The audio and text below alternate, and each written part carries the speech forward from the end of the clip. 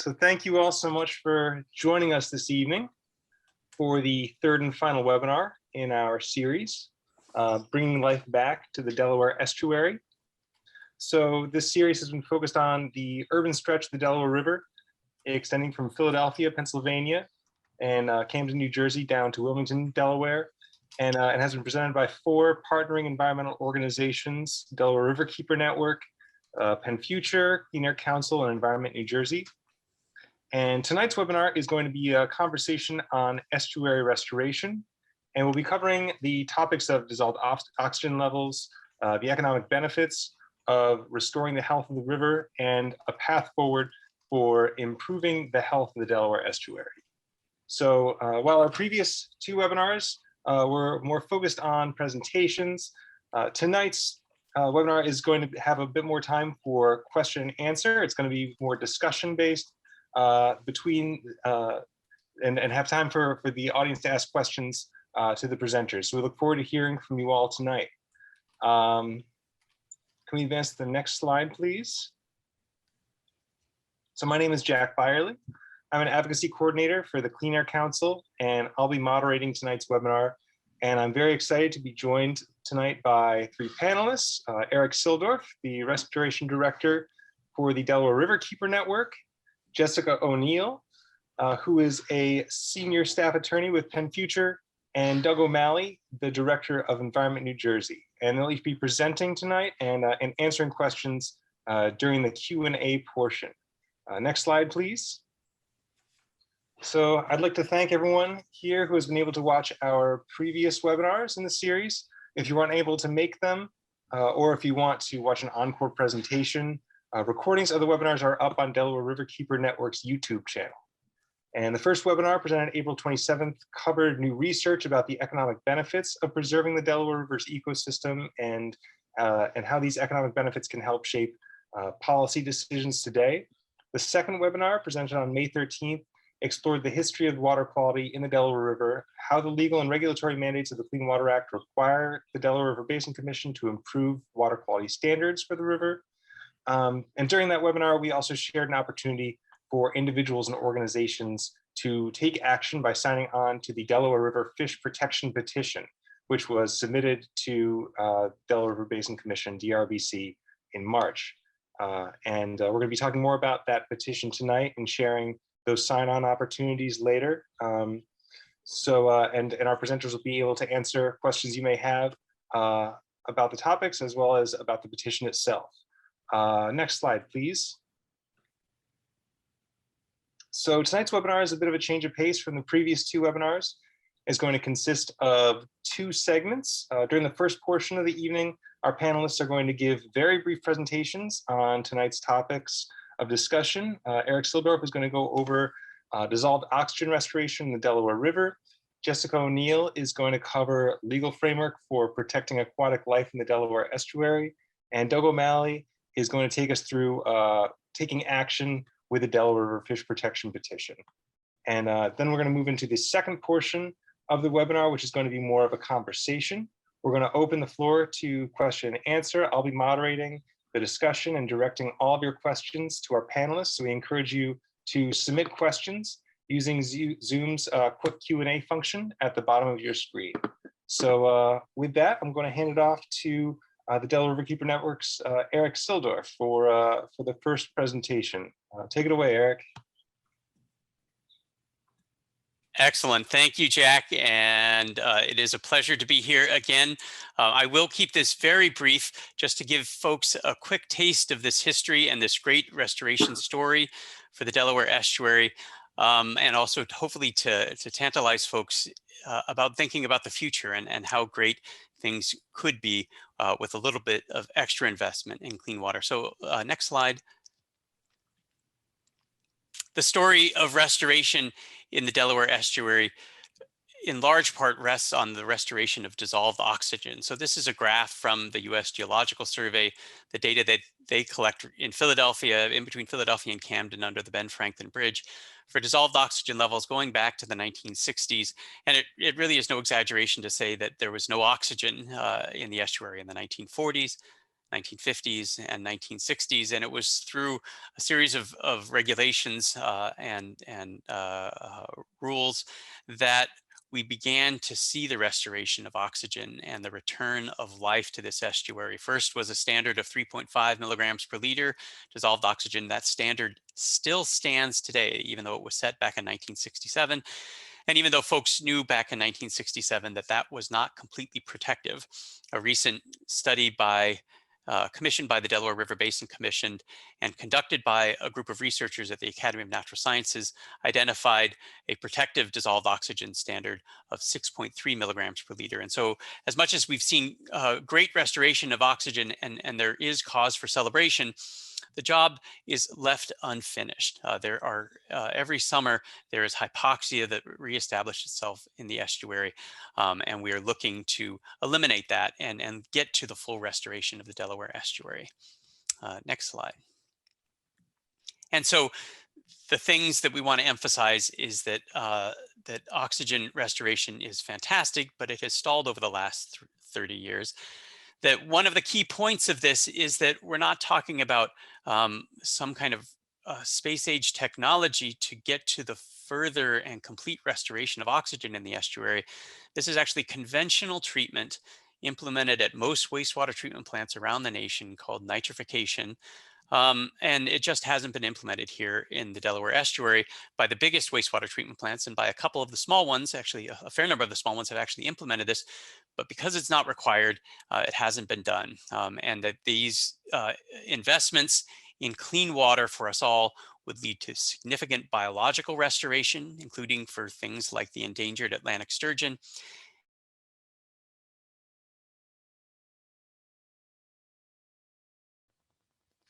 Hey folks, we had a technical difficulty where my mic didn't pick up for about 30 seconds there. So let me re-emphasize those last 2 points that were lost on the original recording and then go back to the original recording.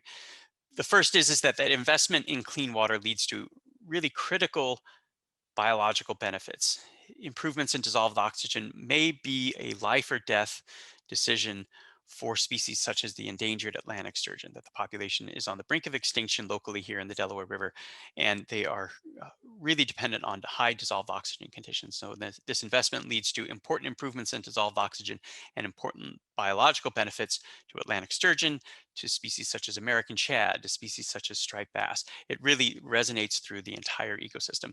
But in addition to those biological benefits for the ecosystem, it also leads to important benefits to our economy, to our riverside communities. And a recent study released in the last 6 months estimates those benefits on a conservative basis, without being able to tabulate all of the benefits, is at least $500 million to $1 billion in benefits to our community. So again, this isn't just a cost. This is actually literally an investment, and it's an investment in the ecological communities, an investment in our ecosystems, and it actually is an investment for our riverside communities. And so with that, those are the last 2 points. Let me go back over to the original recording. So thank you for that. The river and the estuary. So that's a really brief overview. The first couple of presentations that we provided the YouTube links also in the chat function for people if they want to look back at that more detailed history. And again, we're happy to answer questions. So at this point, let me turn it over to my colleague, Jessica O'Neill, to talk a little bit about the legal and regulatory context and give you a taste of that. Thank you so much, Dr. Silldorff. Hi, everyone. It's so nice to be here with you this evening talking about the Delaware River and our petitions and the law governing the petitions and governing the water quality standards for the Delaware River. I'm Jessica O'Neill. I'm a senior attorney at PennFuture. PennFuture is a statewide advocacy organization focused on protecting our air and our water and focusing on clean energy issues across the Commonwealth and beyond. I'm really happy to be here with my colleagues from Clean Air Council and Delaware Riverkeeper Network and Environment New Jersey to talk about the Delaware River. If you could go to the next slide, please. So what I'm focused on here is the legal and the regulatory framework applicable to water quality in the Delaware River. The critical framework here, of course, is the Clean Water Act. And the critical governmental actor that we're going to be spending most of our time talking about here is the Delaware River Basin Commission, which, as I'm sure most of you know, is an interstate compact that regulates water quantity and water quality in the Delaware River. Now, the Clean Water Act has as its main objective to restore and maintain the chemical, physical, and biological integrity of the nation's waters. That is a lofty goal, and it's really important. And the Clean Water Act sets out to achieve that goal by setting a specific goal that all waters will be fishable and swimmable wherever that is attainable. And then it sets out a mechanism to do that. And the goal here, of course, is water quality, which provides for the protection and propagation of fish, shellfish, and wildlife, and provides for recreation in and on the river. And how do we get there? Well, the Clean Water Act tells us how to get there by having a governmental body set designated uses for that water body. Here, of course, we're talking about the Delaware River. And here, the DRBC, the Delaware River Basin Commission, is going to set designated uses for the river. Then states, as well as the DRBC in some contexts, set water quality standards based on those uses. Those standards then govern permits which are issued for dischargers into those water bodies. Now, another critical piece, of course, because the Clean Water Act has this goal of not just maintaining, but also making waters fishable and swimmable wherever possible, the Clean Water Act has another goal about anti-degradation. You can't let a water quality degrade more. And the way that the Act goes about achieving this is talking about the existing uses of a water body. All existing uses have to be maintained and protected. And so that's kind of the legal framework governing all of this. There's a lot to unpack there, of course. Nothing about a legal framework is ever very easy, but I'm just going to set that out there for right now and get into a little bit more detail about those two kinds of uses, in particular, designated uses and existing uses, as we get more into the discussion about all of this evening. And with that, I'd like to flip it over to Doug O'Malley from Environment New Jersey to talk about our petitions.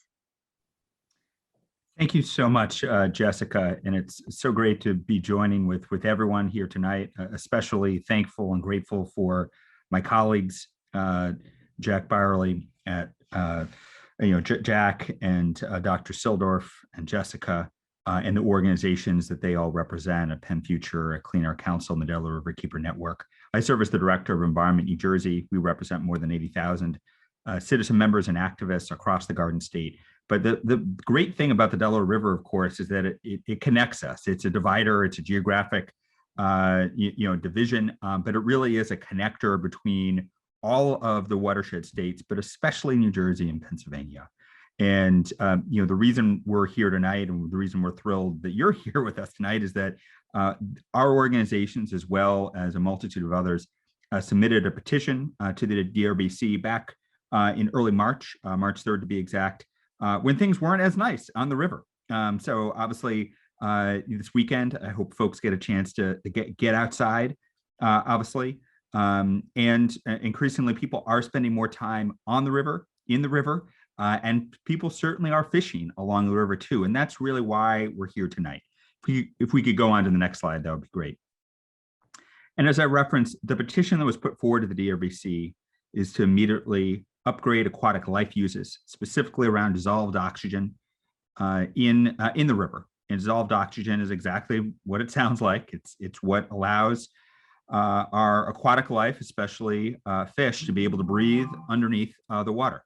And you'll note that it wasn't just our organizations that put in this petition. It was a range of organizations which have grown in the last few months, but they included the Delaware River Shad Fishermen's Association, Delaware River Yachtmen's League, as well as organizations that get their membership out on the water. So Urban Promise is based in Camden. They work to get kids in Camden out on the water after they've constructed canoes.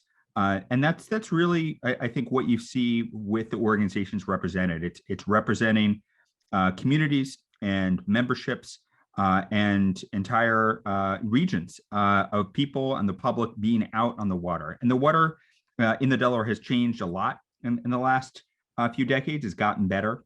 But right now we are putting forward this petition because the current designated use, and Jessica was talking about this, needs to reflect the existing use. And that's why this petition is calling for not just the current use of maintenance of resident fish and other aquatic life, but a maintenance and propagation of resident fish and aquatic life. And this is not just the passage of fish through the lower Delaware. This is about spawning and nursery habitat for fish. When we think about what you catch, and I'm certainly not a big angler, But if you go and fish in a polluted waterway, you still will find catfish, right? You'll find the quote unquote bottom feeders. But the story of the renaissance of the Delaware River is because we've seen other fish come back, most prominently the American shad. There's shad festivals on both sides of the river. I think one of the highlights of the year in my mind is Lambertville and their shad festival in late April. Over on the Pennsylvania side, you have a big shad festival in the city of Philadelphia itself at Penn Treaty Park. And so the petition, of course, is saying, we need to be more protective. We need to have a higher dissolved oxygen standard that does not reflect the Summer of Love that was set in 1967 at 3.5 milligrams per liter. We need to be protective up to 6.3 milligrams per liter.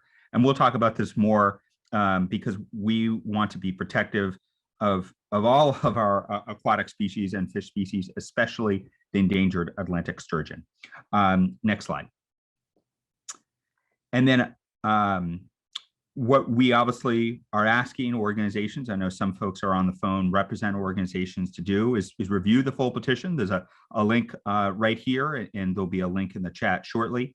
It really does tell a compelling story on why the DRBC needs to take action. And we certainly are encouraging any and all organizations in the watershed to sign on to the petition. To the Delaware River Basin Commission. And then if you don't represent an organization, that's okay too. You are obviously represented as a constituent of the watershed, and as someone that, whether you're in the watershed or not, this is an American treasure. And we want to make sure that this treasure is protected. And so we are encouraging any and all individuals in the watershed states or even beyond to sign on to the petitions. As you can see, there's links for both Environment New Jersey, the Clean Air Council, and Delaware Riverkeeper Network. And PennFuture will also be sharing their petition by email as well. So let me turn it back to you, Jack. Thank you so much, Doug, and thank you, Erik, and thank you, Jessica. So now we're going to be moving into the second portion of the webinar and opening the floor for question and answer. So we got a couple questions that trickled in during the presentation, but I just want to remind everybody that you are welcome to type your questions into the Q&A box, and I will be moderating the discussion and directing questions to our panelists. So we've got a few already. Let's see, what's a good one to start with? All right, I see one about water quality regulation. Let's see, water quality regulations here. This is a question that looks like for everybody. The water quality of the Delaware River has enormously improved since the 1950s. So what regulations were put in place to bring about this improvement? And I can open that question up to everyone on the panel here, if anyone would like to jump in.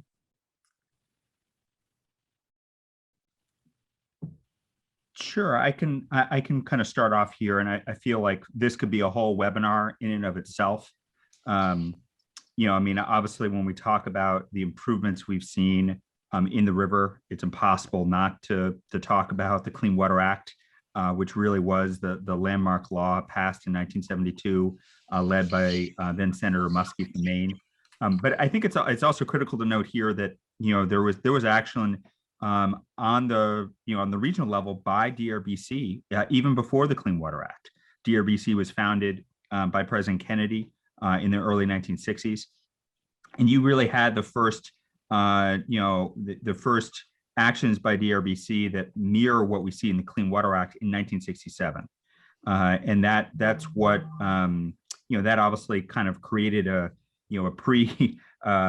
pre-standard of and then the next year we saw implementation of DRBC's water quality standards at that time, and that was hugely important because at that moment, before these regulations in 1964, you had about 1 million pounds of waste going into the river every day, and more than 60% of that was coming directly from sewage treatment plants, specifically from Philadelphia and Camden and Wilmington contributing the most.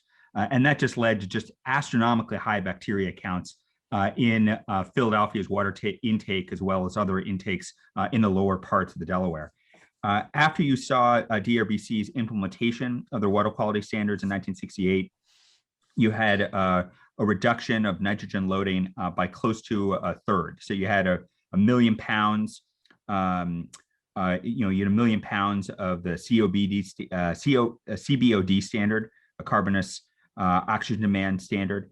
That was halved to 300,000 in 1968. So you already had that record of success with the first regulations. Then you had the Clean Water Act, and then the Clean Water Act implementation hammer in 1967. That led to further improvements. And when you talk to anglers on the Delaware, they say that things started to turn around by the early 80s. So, I think it's important to note that, over the course of 15 years, we saw tremendous improvement along the Delaware because of regulatory action. And I wanted to turn it over to Erik to provide just a little more color here as well. Yeah, so those it's that combined efforts of the DRBC, certainly as a new agency in the 1960s, was really instrumental, and then the federal actions. One thing that I was reminded by some of the people that were actually involved in the 70s and 80s is that it wasn't just the Clean Water Act itself that led to immediate adoption of higher wastewater treatment technologies throughout the nation. But there was a lot of pushback, and despite the fact that the Clean Water Act had requirements for implementing secondary treatment, there were folks even here in our Philadelphia region who pushed back and said, "We're not going to implement secondary treatment. We don't care enough." Even though the money, this is during a time when it was free money. These were grants from the federal government to build these plants. They said, "We're not going to build it," and so it actually partly took legal action by the US EPA to say, well, no, this isn't an optional upgrade. This is a required upgrade. And that's partly what Jessica was talking about also, is that some of the things in the Clean Water Act are mandates. They're not just good ideas. And one of those mandates is to say, well, if you have fish that are propagating in this estuary, an existing use that's higher than that designated use, the mandate is to upgrade and protect what is actually happening there. So it's a kind of a series of laws and regulations, as well as some enforcement. Unfortunately, it took that, but it was a key part of the story. No, I think that's exactly right, Dr. Silldorff. And I just want to add on there. I think that's why the history is so interesting and important here, because the river really is an ongoing success story. And I think we can look at that history and say, look, the Clean Water Act was passed, regulations were passed. There needed to be some enforcement, but that happened. And look how far we've come. And I think that's one of the reasons why we and our organizations are so excited about these petitions, because we can see that those actions matter, and those actions matter for the health of the river. And then, of course, correspondingly, the health of the communities that live along the river. So I think when you can look back at the history and say, look at the impact that these actions have had on the history of this water body that we all love, it just really feels very powerful to keep moving in the right direction. And that's why we're all here. Great. All right, I see I have another question here about water quality. And let's see. I had heard that the dissolved oxygen problem had been fixed decades ago, and that now we needed to focus on non-point source pollution. Can you talk about this disconnect? That might be a question answered by Dr. Silldorff. Dr. Silldorff, would you like to take that one to start out? So this is an interesting part of it, and it partly is a testament to how much things have recovered, that there is a general perception that all is well in the Tidal River, and that we've finished the job, and that we should pat ourselves on the back. And partly that is because we achieved the standard. We set a goal in 1967 with implementation regulations in 1968 and subsequent decades, and we actually were able to attain that in the 1990s. So partly it is a success story. We set a target, we met that target, and so this is part of the reason the perception is that our work is done here, right? Time to move on to other things. And certainly non-point source pollution throughout the nation and throughout the world is a huge issue. But what I think people lost track of, and there were a couple of false starts among the regulatory agencies and various groups that were looking to continue the restoration of the Delaware Estuary, is that even back in 1967, they recognized, and as Doug mentioned, there was a million pounds per day of carbon food for the bacteria coming into the estuary. But there also was 600,000 pounds, about 2/5 of that total load was from nitrogen sources of food. And back in 1967, they said, hey, we can't deal with this. We can't solve all the problems right now.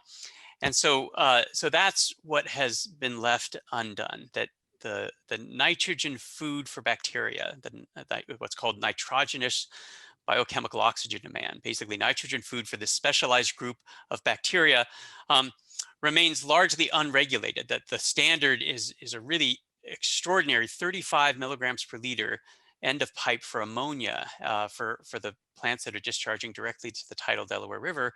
And that often is similar to the concentration of ammonia that's actually coming into the wastewater treatment plant.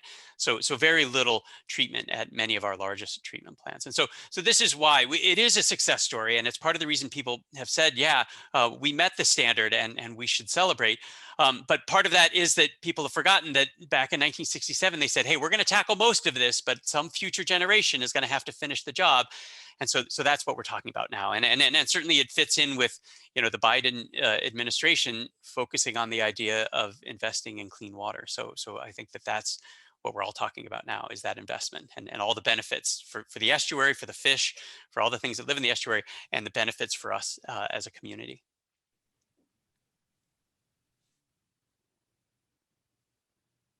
Great, thank you, Dr. Silldorff. And just want to encourage everyone. We've got a lot of questions here, but please feel free to add any questions you have for our panelists in the Q&A box, and we'll be moving through them and get to your question eventually.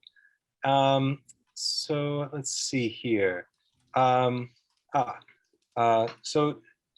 mentioned that fish propagation is taking place in the Delaware River between Philadelphia and Wilmington. What reports or other sources of evidence show that propagation is taking place? And I can open this to everyone, whoever wants to jump in. I've been involved in some of that data analysis, so let me start with that, and if anybody wants to add to it, one of the key reports was done, and I was involved in this study back in 2015 from the Delaware River Basin Commission. So it's available on the DRBC website, that talks about kind of looking at the state and federal and private monitoring programs that are being done in the estuary, compiling that data and saying, you know, do we see, you know, eggs and larvae and young fish in the tidal portions of the estuary that don't have the full Clean Water Act designations? And so there are many data sets that speak to that. The state of New Jersey collects data, the state of Delaware collects data, there's combined multi-state agencies, and then there are mandates, for instance, for the Salem Nuclear Power Plant that collect relevant data. The DRBC study is one of the studies that compiles that and summarizes that. And the conclusion there from that is that, yes, for every species that was examined, fish propagation was demonstrated in those data sets that were reviewed in all of the zones that have the downgraded uses that lack the full Clean Water Act uses. So if folks are interested in seeing some of that, we can share those links. They can reach out to us. I probably shouldn't put all those links in the chat, or I'm going to overwhelm the chat. But those are a whole series of studies, and some of those data were actually part of a 2013 petition by the Delaware Riverkeeper network also. So some of the raw data is also available there. So it's a whole bunch of different places. The one summary that's particularly good is the 2015 study by the DRBC. So that is something I can share in the link, and that's a pretty good summary of that. But certainly our petition also covers some of those data sources.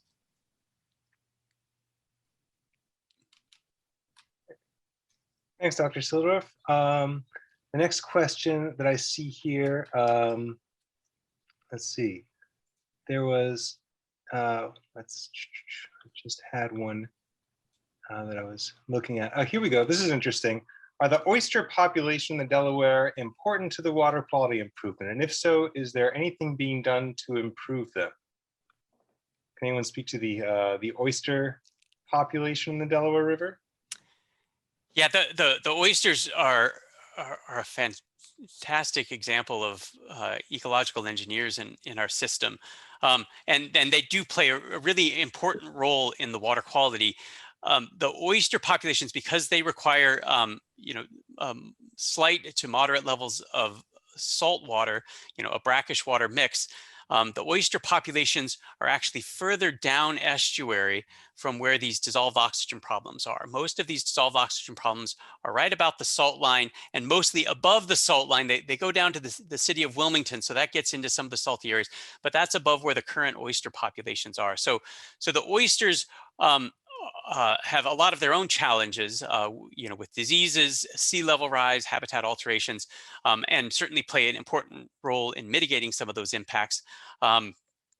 And one of the things that actually going back in history, the whole push to reevaluate dissolved oxygen started with looking at the very high nutrient concentrations. Another question that we saw in there was a comparison to the Hudson and the Susquehanna, is that people complain about the Susquehanna and that it's polluting the Chesapeake Bay and it's got such high nutrient loads. When people started to compare the Delaware to the Susquehanna, they said, well, wait a minute, we're complaining about the Susquehanna, but the Delaware actually has higher nutrients than the Susquehanna. And nobody's talking about the nutrient loads here in the Delaware. And so one of the things that we're worried about in terms of the oysters is that, that there are very high nutrient levels. And when we started to look at nutrient loadings in the estuary and whether or not numeric nutrient criteria were needed, that's when we said, well, wait a minute, we can't really tackle nutrient criteria and the impacts on things like oysters because we haven't even finished the job with dissolved oxygen, right? And certainly one of the impacts of overnutrients, like we see over in the Susquehanna and the Chesapeake Bay, is that overabundance of nutrients can also impact dissolved oxygen. And they're very different systems, and each estuary is very unique. But that actually is where some of this push over the last 10 to 15 years started, is with the high nutrient concentrations.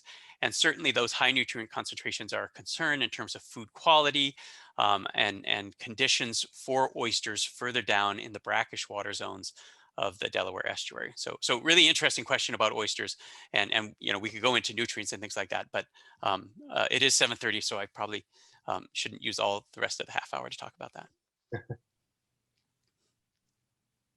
Thank you, Dr. Silldorff.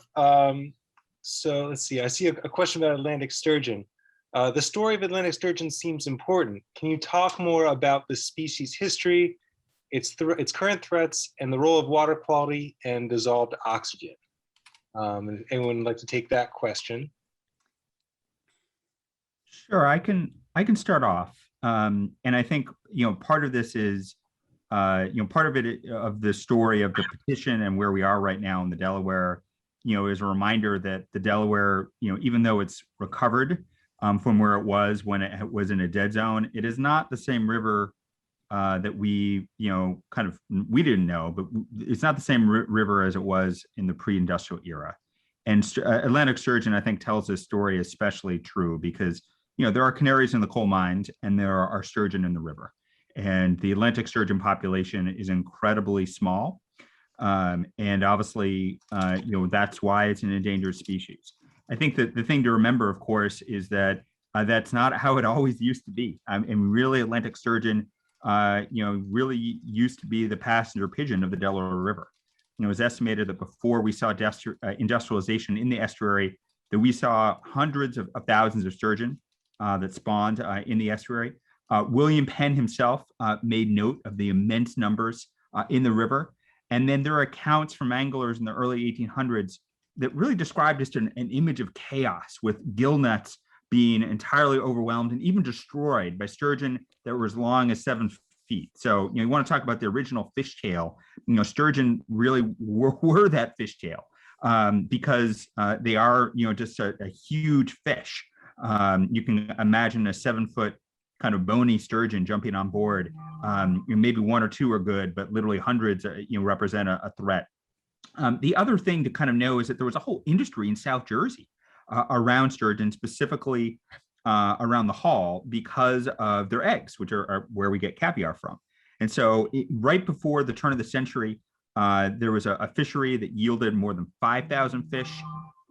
And this is hard to imagine, but more than 1,000 kegs of caviar, which is worth more than $2 million in today's dollars. So this was a hugely lucrative industry and obviously a sustainable industry.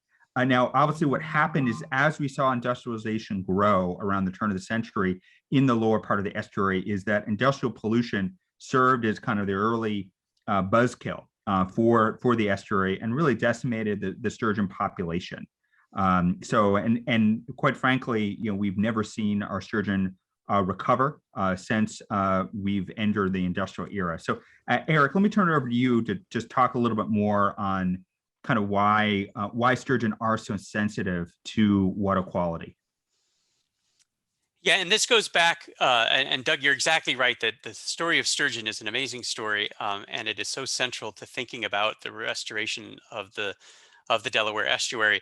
One of the things that we want to emphasize with Atlantic sturgeon is that they, based on our own reviews and then based on independent research reviews, such as the Academy of Natural Sciences in Philadelphia, that's part of Drexel University, is that the Atlantic sturgeon is the single most sensitive species in the estuary to this hypoxia, to this low dissolved oxygen. And they really do need, kind of full restoration of the oxygen conditions for them to be able to thrive. They're an endangered species. They're critically endangered. There is a genetically unique population that only utilizes the Delaware River for its spawning runs. And each year, there are estimated between only 100 and 300 adult fish that return to these spawning grounds every year. So we literally are on the brink of extinction for a species that depends on adequate oxygen levels. And so something that we've seen from the state of Delaware and Delaware Division of Fish and Wildlife is they've been collecting abundance for young sturgeon over the last 10 to 12 years. And what we see is that every year where we have bad dissolved oxygen conditions during the spawning and rearing period of summer is a year where we see complete collapse of a year class for Atlantic sturgeon. And so the kind of restoration that we're talking about is really meaningful, that it literally could mean life and death for individuals that are trying to rear and use this nursery ground every year. And it could mean life or death for a population of an endangered species that's using the Delaware River. So the sturgeon is really important, and it's a really big part of the reason why we are pushing so hard for immediate action and not just for another 10 years or 20 years or 30 years of study and inaction. The protection is needed now before the species or this population goes extinct. Thank you, Dr. Silldorff. Thank you, Doug O'Malley. Let's see, I see a question here about the Clean Water Act. What does the Clean Water Act direct the states and the DRBC to do? Jessica O'Neill, would you like to take that question for us? Yeah, I'll jump in here. So the Clean Water Act was passed in 1972 and sets that goal of making all waterways, to the extent possible, fishable and swimmable. It's all about increasing the water quality of the nation's water bodies. And so the way that the Clean Water Act does that is there are a couple of mechanisms, but the one that we're focusing on here is that the Water Act directs the states. And here, of course, we have a water body that crosses state lines. The Delaware River touches on multiple states. So in this situation, the DRBC is sort of acting in the role here. Directs the states or directs the governmental body to designate the uses for the water body. And there are many uses that they can designate. There are recreational uses, there are aquatic life uses, and then of course within those there are different categories of uses.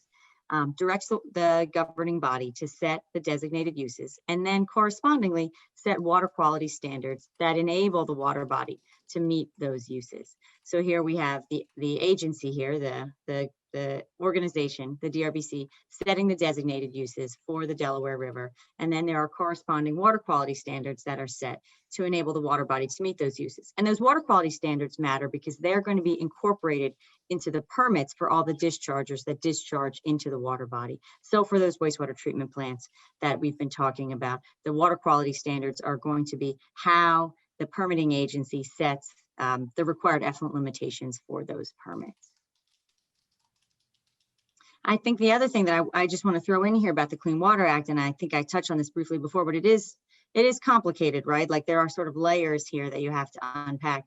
The Clean Water Act also mandates that the water not get worse, right? The goal of it is to improve the quality of the nation's waters, not let them get worse. And so it does that through its anti-degradation protections.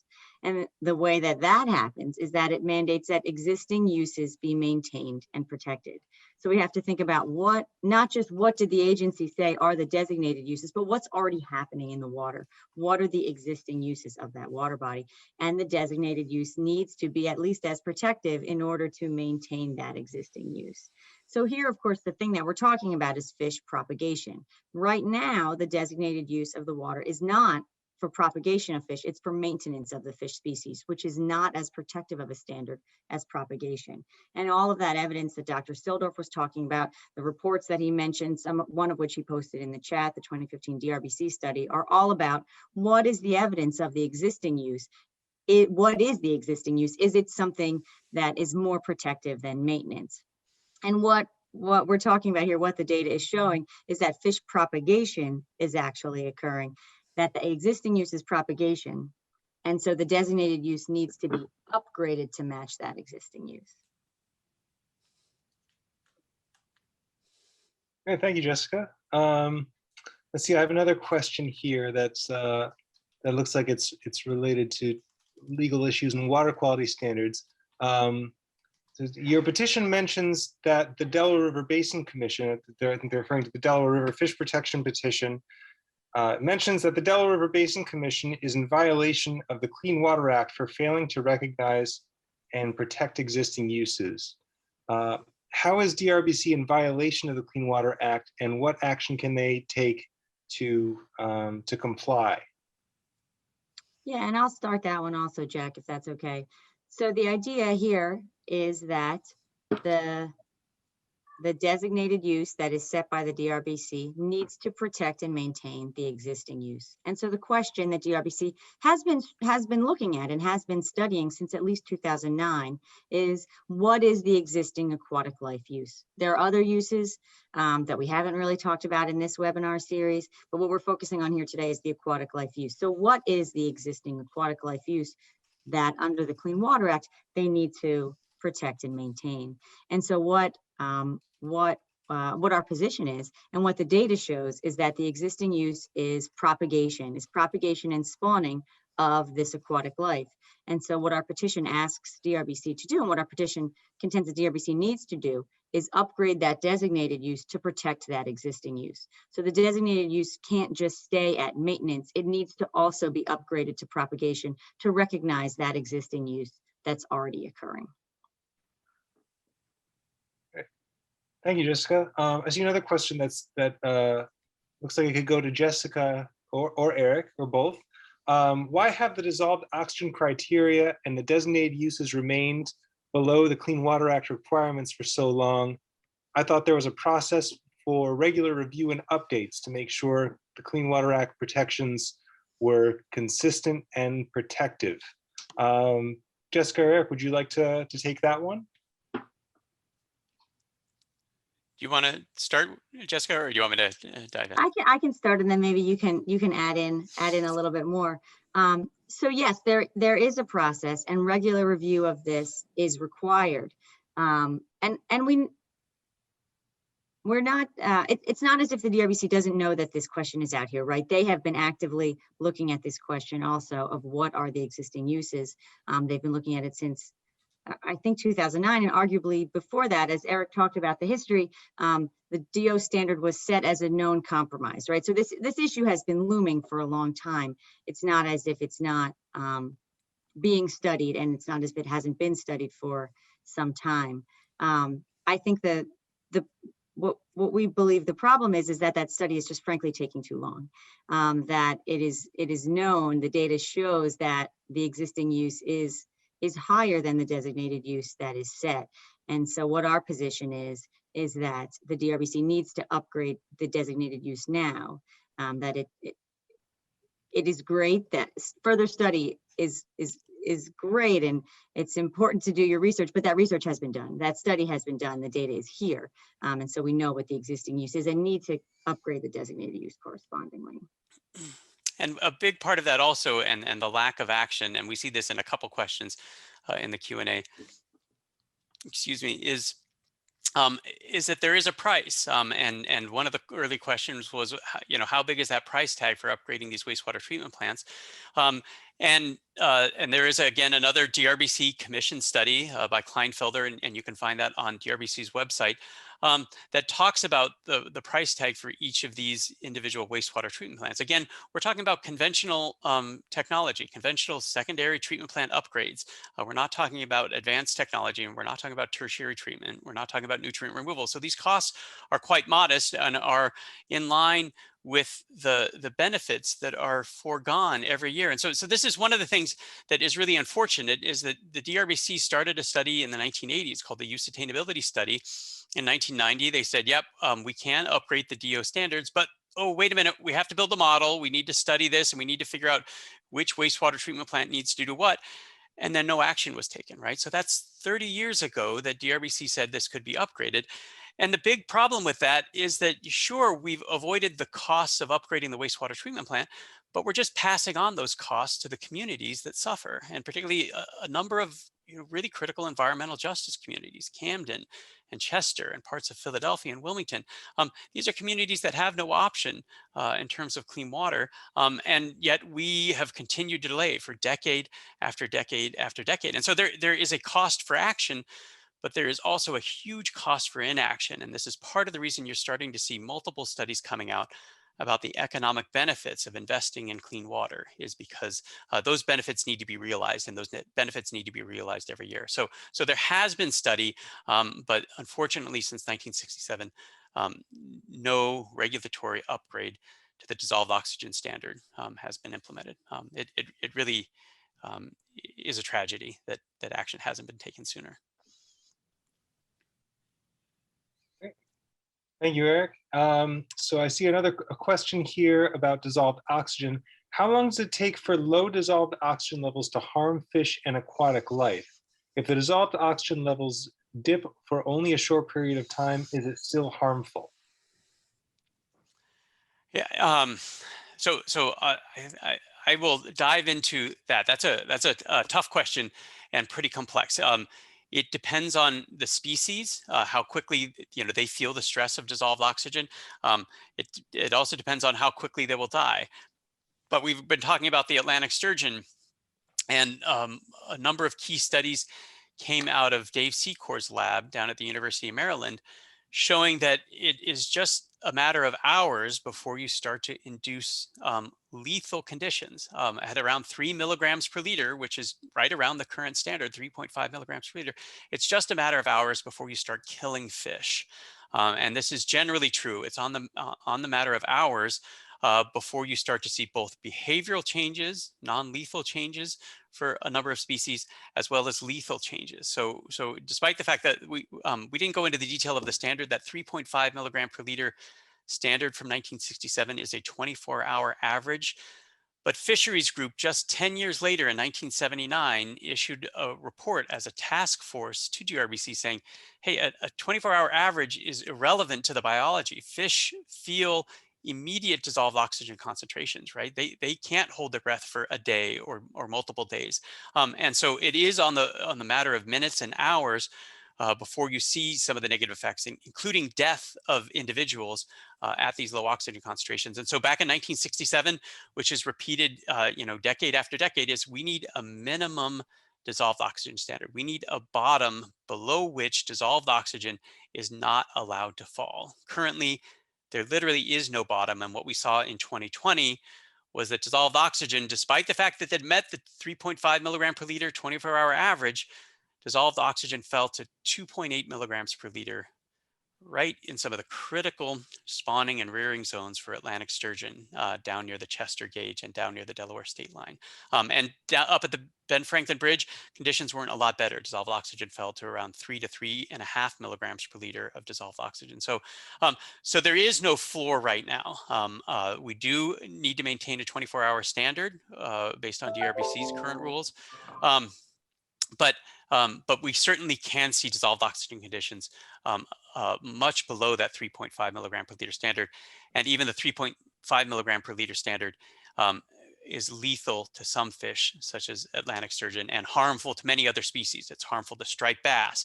It's harmful to American shad. It's harmful to white perch. There are a whole host of species that are sensitive to dissolved oxygen that are summarized in some of the recent studies that are impacted, again, on the matter of hours. But again, it's a complex scientific landscape. Hopefully that gives enough of an answer to give people a sense of that, that it is pretty critical right now.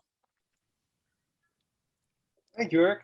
I see a question says, what is blocking legal action against the polluters and or the government agencies that are supposed to police the polluters?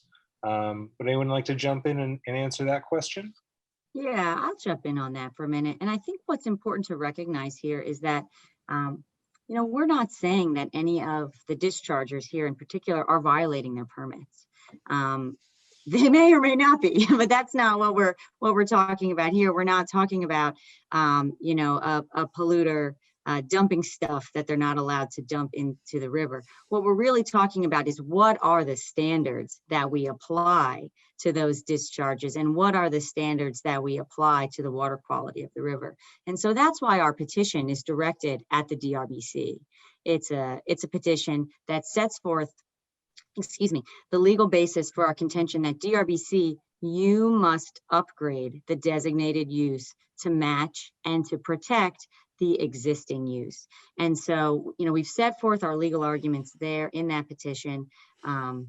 I would encourage you, if you're interested in the sort of legal piece of it, to go ahead and take a look at that. And I know that the links have been dropped into the chat previously, but that's really where we believe that the energy needs to focus is on having the DRBC upgrade that designated use so that all of the corresponding things under that, including the discharge limits in those petitions, in those permits issued to the dischargers, can correspondingly be upgraded to make sure that we meet that new designated use that protects what we know is the existing use.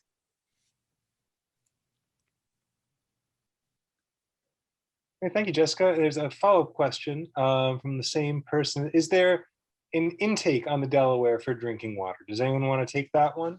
About drinking water intakes on the Delaware River? Yeah, I'm happy to take that. There are multiple major intakes. The city of Philadelphia gets about half of its water to supply both Philadelphia and some neighboring areas with a big intake called the Baxter intake, almost directly across from the Rancocas Creek confluence on the New Jersey side. So up in Northeast Philadelphia, that's about half of, and oftentimes I think a little bit over half, around 60% of the city of Philadelphia's drinking water comes from this tidal river, and is influenced, by all the point and non-point source loading in the estuary.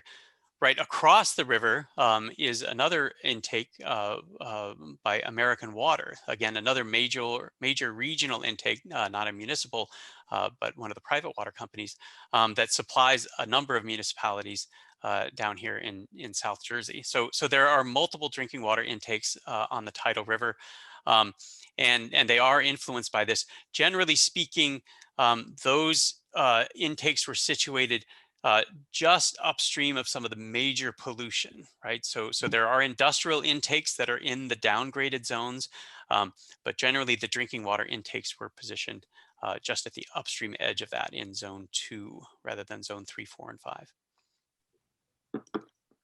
Thank you, Erik. Let's see. I see a question that I think is about. Let's see. I believe it's about the petition here and water quality upgrades. The question asks, how would communities living along the Delaware estuary benefit from these upgrades? And I think that they're talking about the upgrades in dissolved oxygen standards and the upgrades in designated uses. Would anyone like to take that question on how communities living along the Delaware River will benefit from improved water quality standards? Yeah, this is something that that we studied with some collaborators, some economists recently, and issued a report just in the last 6 months. There are a number of benefits, and I know Jerry Kaufman is also studying this down at the University of Delaware. There are increases in fish populations. Again, huge benefits to the aquatic life that's living in the estuary. And with those increases in fish populations, including Atlantic sturgeon, perhaps maybe sometime decades from now, there might be a fishery again for them. There are increases in both commercial and recreational fishing benefits, increased catches, increased landings. So there are those benefits. There are big recreational benefits. The recreational tourism on the tidal Delaware River is growing by leaps and bounds. And that is part of another petition by our 4 groups and a number of other groups that have said, hey, we need to protect people that are paddling stand-up paddleboards on the estuary or jet skiing on the estuary and water splashing up into their face and their eyes. So that recreational use that is growing every year, and particularly we see amazing increases during the pandemic, is one of the other benefits for investing in clean water. And then actually one of the biggest benefits that our economists quantified is in actually real estate, that when you live next to a polluted body of water, real estate prices aren't particularly high. And that's why we see so much industrial uses along the tidal Delaware River.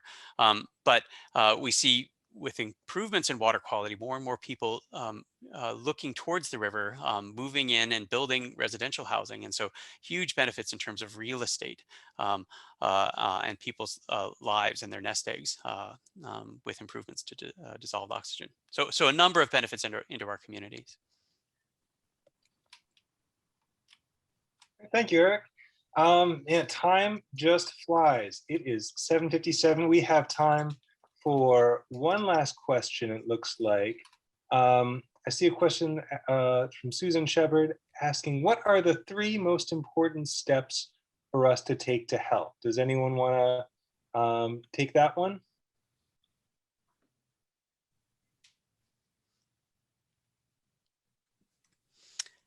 Well, I think there's a lot that all of us can do that is on the webinar. I think one of the things to do is just tell more people about the river. I think there's kind of a cultural barrier that we're still working to break through, that the river is not something that you drive over. It's not something that's just a line on a map. It's a living estuary. It's a recreational hotspot. And this is not just something that you have to go to the Delaware Water Gap to experience. And I think there's been a whole community of the public that has rediscovered the river over the course of the last decade on both sides of New Jersey and Pennsylvania. And of course, there's a huge angler community as well that can tell you, all about the best places to fish in the lower Delaware. So I think maybe the first thing is just to, let people know the river has come back. It obviously still needs our help. It's not out of the woods, but just go onto the river, spend time, bring your friends, tell people about it. So I just wanted to start there. And then obviously, we're holding this webinar because we want to take action on a regulatory perspective through DRBC. And so I can leave it to some of my other colleagues to talk about kind of concrete, advocacy actions to take. But I would just remind people, tell people the good news and the fact that we need to do more, get out on the river, tell people about it, post it on social media, etc. Let me echo that. I think that part of the reason that there has been a failure to act since 1967 is that people, like an earlier question, have thought the problem was solved. And so part of this is passing the word along and to some extent staying involved, checking in with DRBC and with the states every now and then to say, hey, wait a minute, how come this isn't upgraded? It's been another year. It's been another 2 years. What's taking so long? So I think that it's easy for government to, their plate is always too full. There's always too much work to do. And the squeaky wheel gets the grease. If people aren't continuing to call their governors, write to their governors. And again, one of the key points is that the Delaware River Basin Commission, is not just some independent commission. It is the 4 governors of New York, New Jersey, Delaware, and Pennsylvania, plus the federal government that vote. And so directly reaching out to your governor in your state is perhaps one of the best ways to say, hey, we're watching and we really do expect this investment in clean water to happen. We don't expect, another 10 years or 20 years or 30 years to go by with foregone benefits. So I think that is actually another one of the key things to add to that. And then certainly we've thrown up the links here. Absolutely. The links to our petitions are there. If you are a representative of an organization, please feel free to seek out to have your organization join as a sign-on. There are some links for individuals to sign on. We'll be circulating another link via email to everyone who attended this webinar. And if you want to get more information, if you want to learn more about this, please reach out to us. Obviously, we are all more than happy to talk about this topic. This is our third webinar, and we filled all of them talking about the river and its history and what we're trying to do to not just maintain it, but to make it better. So please do reach out with any questions or to talk about this further. Very good. I think that's a good note to end on. So thank you all so much for joining us this evening. As Jessica mentioned, we'll be sharing information from this presentation with everyone who registered. So you'll have access to the links where you can find recordings of previous webinars, and so you know where to go to sign on to the Delaware River Fish Protection Petition, in which we're collecting signatures from both from organizations and from individuals. So thank you all for taking the time to be with us tonight, and have a good evening. There were a couple questions, so if anybody just so thank you very much to everyone, and thank you to my co-presenters here. There were a couple questions that were interesting, so if anybody wants to hang on just for a couple more minutes, there was a question about CSOs. Feel free to do that. We do want to let people go. You've already shared an hour of your time, so thank you very much. But we don't want to leave too many questions entirely unanswered. I did see, yes, one question about CSOs.